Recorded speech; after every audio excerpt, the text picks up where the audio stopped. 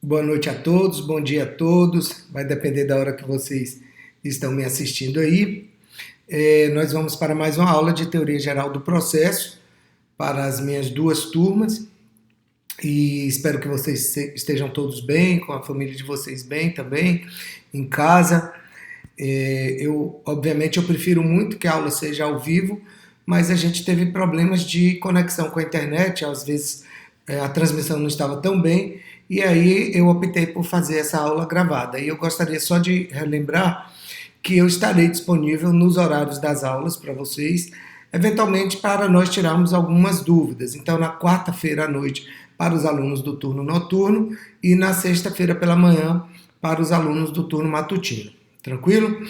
Espero que estejamos todos passando por essa fase difícil juntos, ainda que não tão unidos, ainda que não presencialmente, mas que os nossos meios tecnológicos estejam nos aproximando das pessoas que nós gostamos, e realmente é isso que eu espero que esteja acontecendo na vida de cada um. Vai facilitar passar esse tempo, um tempo difícil para o mundo, mas nós vamos vencer. Eu tenho certeza disso e que logo mais estaremos juntos, dando aqueles abraços e aqueles apertos de mão que tanto nos fazem falta atualmente. Tranquilo? Então nós vamos dar sequência. Nós, na última aula, paramos falando de um princípio chamado princípio do devido processo legal. Nós iniciamos, na verdade, com esse princípio e hoje vamos dar continuidade a toda a parte de construção principiológica que nos traz dentro do âmbito do Código de Processo Civil. Tá? Então eu vou começar o meu roteirozinho aqui para dar sequência e vocês vão seguindo comigo, porque eu estou seguindo exatamente a ordem do nosso livro disponível no AVA. Tranquilos? Então a gente viu que princípios são comandos mais genéricos, são meios interpretativos, não são nortes para a interpretação da norma processual, e que regras são comandos mais específicos. Então, princípios e regras, princípios e normas são absolutamente diferentes entre eles. A gente conversou um pouco que as normas elas podem colidir, e em havendo colisão, uma delas tem que ser retirada do mundo do plano jurídico. Mas os princípios não. Os princípios eles convivem, ainda que na interpretação, no caso concreto, aparentemente eles estejam se confrontando, a verdade é que eles conseguem conviver. Eles têm que ser mensurados para que a aplicabilidade deles seja de fato analisada no caso concreto. Então, a gente vai precisar pegar o nosso Vadimeco. Esse meu é de 2018, eu nem tinha mostrado isso para vocês, mas agora estou mostrando. Mas, enfim, o CPC não tem problema, ele é de 2015, não tem mudanças nessa parte do que a gente precisa. A gente precisa do CPC na mão, porque eu vou precisar tanto do Código de Processo Civil, quanto da Constituição Federal. Vou pegar o telefone aqui para não me atrapalhar. Então, são os dois livros que nós vamos utilizar nesse nosso encontro de hoje. Como sempre, eu peço que vocês estejam sempre com eles na mão, tá bom? Tranquilo? Então vamos lá.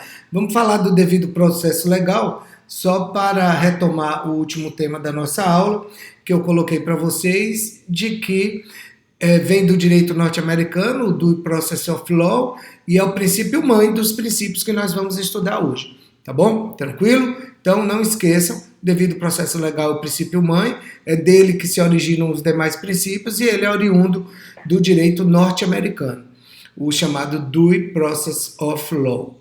Bom, falamos dos princípios constitucionais, dos infraconstitucionais, e aí nós vimos o seguinte, que em havendo colisão de princípios, precisa utilizar da razoabilidade e da proporcionalidade para que seja aplicado no caso concreto, tá? Os princípios, eles, ainda que colidindo, eles não são retirados do mundo jurídico. Os princípios permanecem. Como é que eu vou aplicar no caso concreto? Olha, eu vou medir, vou mensurar, vou usar critérios de razoabilidade para ver aonde aquele princípio vai se encaixar no caso que eu estou, de fato, trabalhando. Esse é o ponto ideal para a utilização da base principiológica. O artigo 1º do Código de Processo Civil, a gente também já viu, mas eu vou rever com vocês. O artigo 1º, ele traz para a gente o seguinte.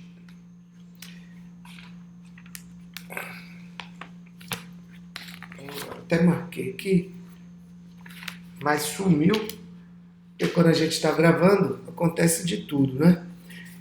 E eu não estou em casa mais, aí acaba que eu estou um pouco meio com minha estrutura não funcionando bem. Vamos lá.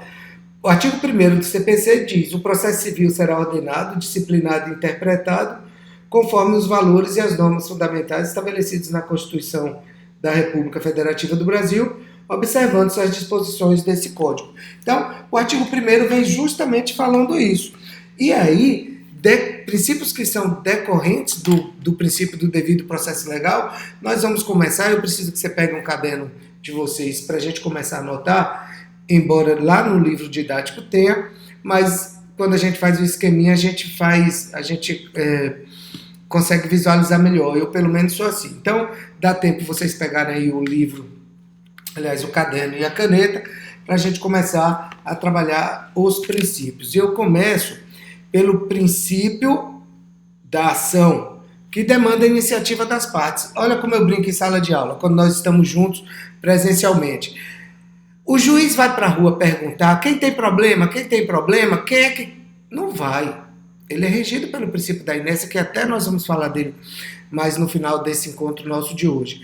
O princípio da ação. O juiz não vai procurar. Quem vai procurar? Quem se sente lesado, ameaça ao seu direito, uma lesão, uma ameaça ao seu direito. Então, o princípio da ação diz que a demanda é a iniciativa das partes.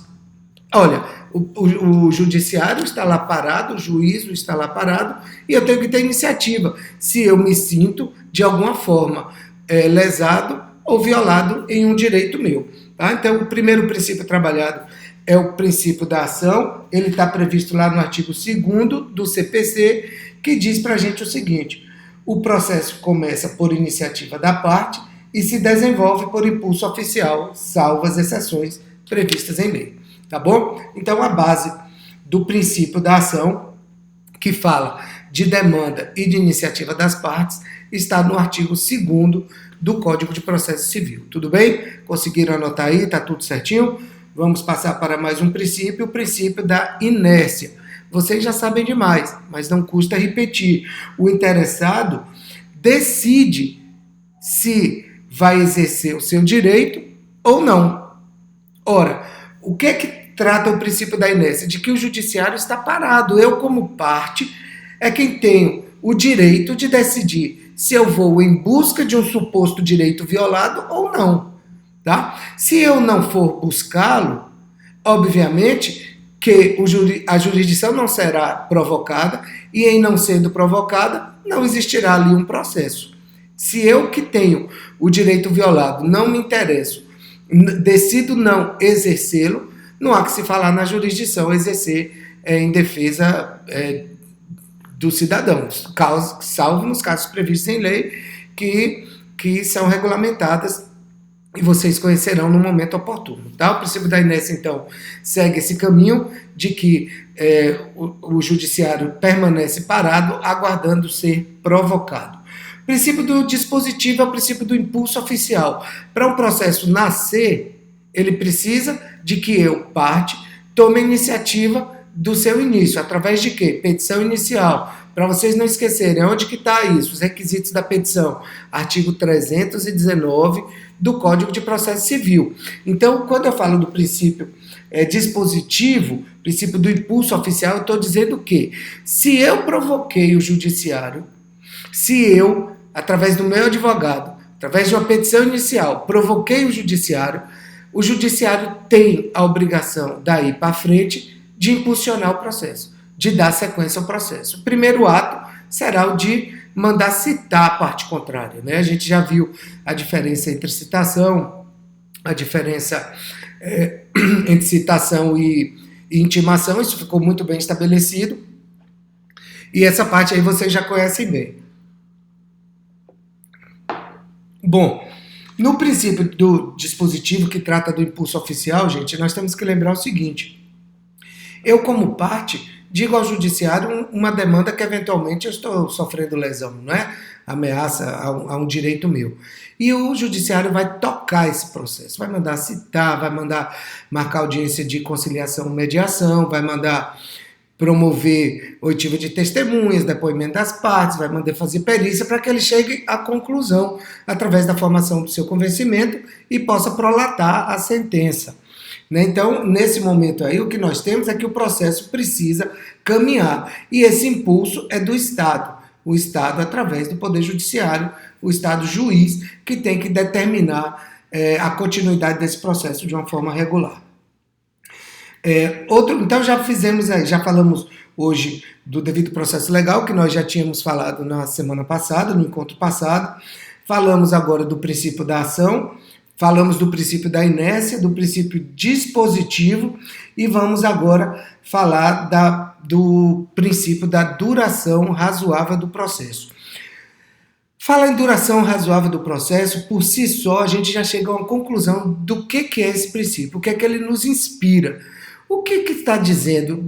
Preciso lembrar para vocês que ele é oriundo do Pacto de São José da Costa Rica, 1969. E o que é que ele traz para a gente? O processo tem que ter uma duração que seja razoável. Tem que se entregar o direito a quem o pleiteia no tempo razoável.